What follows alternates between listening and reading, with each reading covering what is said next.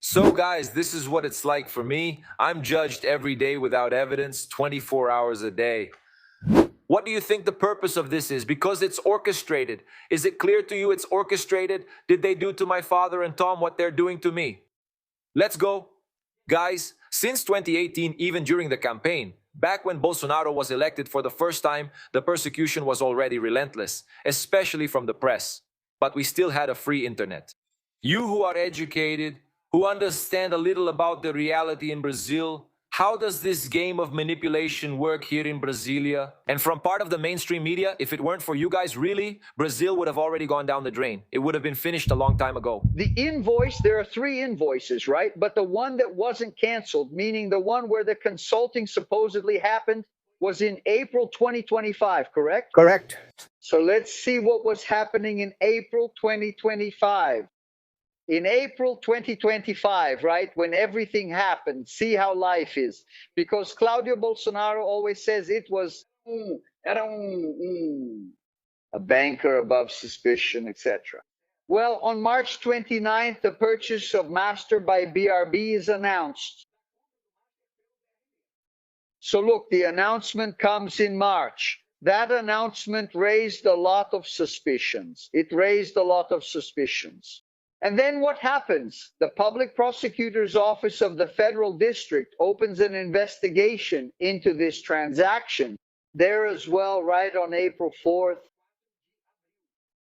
So you see that you have the central bank also on that date deciding to hold a meeting between Bradesco and Itaú to talk about the guarantee fund. And it was the fund that was going to guarantee the fraud at Master. So everything was happening during this period.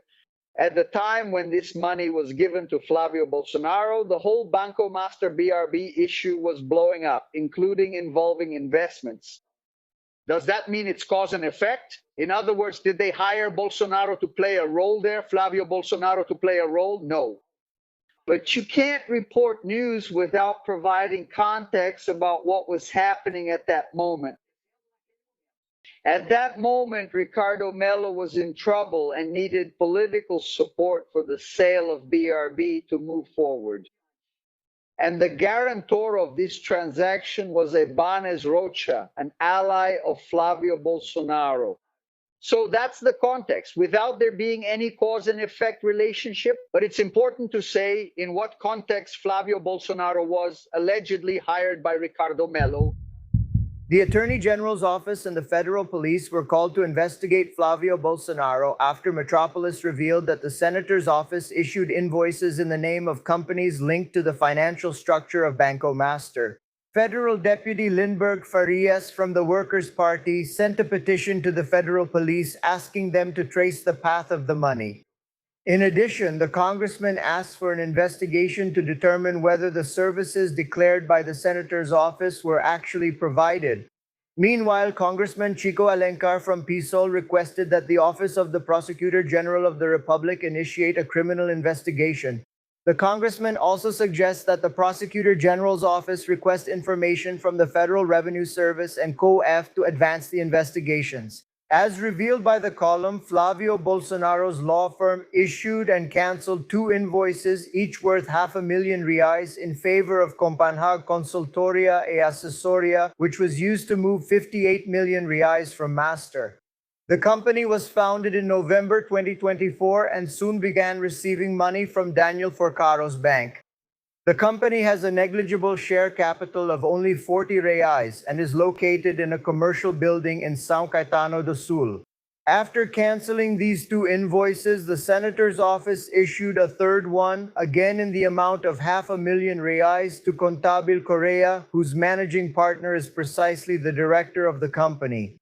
After the report, Flávio released a video saying he had provided services for a company, legally and in a private capacity, but denying having worked for the company. He also said that he had received an offer from this company, but that he refused it and therefore canceled the invoices. Presidential hopeful Flávio Bolsonaro, the PL senator, has just released a video in which he apologizes to former First Lady Michelle Bolsonaro. Let's see. I want to address Michelle once again. We all recognize the great work she did in the PL. As a woman, she traveled all over Brazil for a cause, uplifting and inspiring thousands of women to enter public life. And also her work to help people with rare diseases and the deaf. Given the cowardly thing they did to my father, she has the responsibility of taking care of him every day. Everyone knows that today, even us, the children, we are forbidden to see our own father, which makes her role even more important. And she needs to be recognized and respected for that as well. It's a difficult time for everyone. No one is perfect, I'm not perfect, and once again, I apologize for some moments that cause discomfort.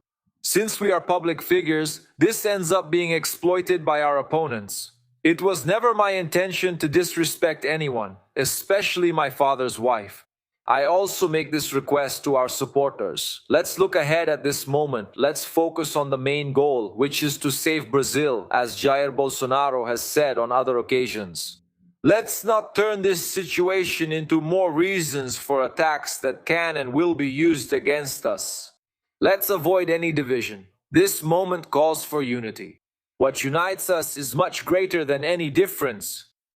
Remember that the PL convention, which will confirm Flávio as the party's presidential candidate, will be this Saturday, and for now, the information is that Michel Bolsonaro will not attend this event. Yeah, the gesture was made, Coutinho, but it happened because things are getting tough. We're seeing this in Ceará, and now we're going to talk about Ciro Gomes not supporting Flávio Bolsonaro despite the PL's support for his candidacy. In Bahia, ACM Neto, I'm getting ahead of the topics here. In Bahia, ACM Neto will also support Caiado. He won't support Flávio Bolsonaro, and he's being sidelined by many people who would have supported him. There's União Brasil, there's Progressistas, there's Republicanos. So now he had to apologize to Michele, right? To at least try to secure that support. But you're absolutely right, Diego. I think this video is already a sign of his desperation, right? The image that remains from this week especially is of someone alone on the road, abandoned by everyone. And his expression in this video shows that it's the expression of a man who feels defeated, who feels surrounded by problems, right? And we had an example of that in his speech against the electronic voting machines this week also, which is something you hear from someone who's defeated and already looking for an excuse for losing. I mean, he already wants to call on his American friends, right, to take action in case he loses the election because it was stolen because of fraud in the voting machines and so on. It's more or less what his father did in the last election in 2022. He's repeating the same story. But Flávio's situation is much more serious. Bolsonaro, the father, Jair, in the 2018 campaign, he didn't have TV time. It was just a few seconds. He also didn't have alliances. He didn't have anything. He campaigned only on the internet, right? You must remember, it wasn't that long ago, right? Not now. Now Flávio has a whole structure, the biggest party in the country, and still can't form an alliance, you know? It's crazy. He's running the campaign, but everywhere he looks, there are only problems. And when we look at him, we see that his expression is of someone surrounded by problems and who doesn't see a way out. Even his own allies have already noticed that, right? He's being heavily criticized, isn't he? His allies say he only thinks about his own family. He doesn't care about the campaigns of the party's candidates for Congress or Senate. And even his own campaign manager has disappeared. You don't hear about Rogério Marinho anymore. Right? So this is really the worst moment Flávio has experienced since he was put forward as a candidate by his father. He's regretting having accepted it.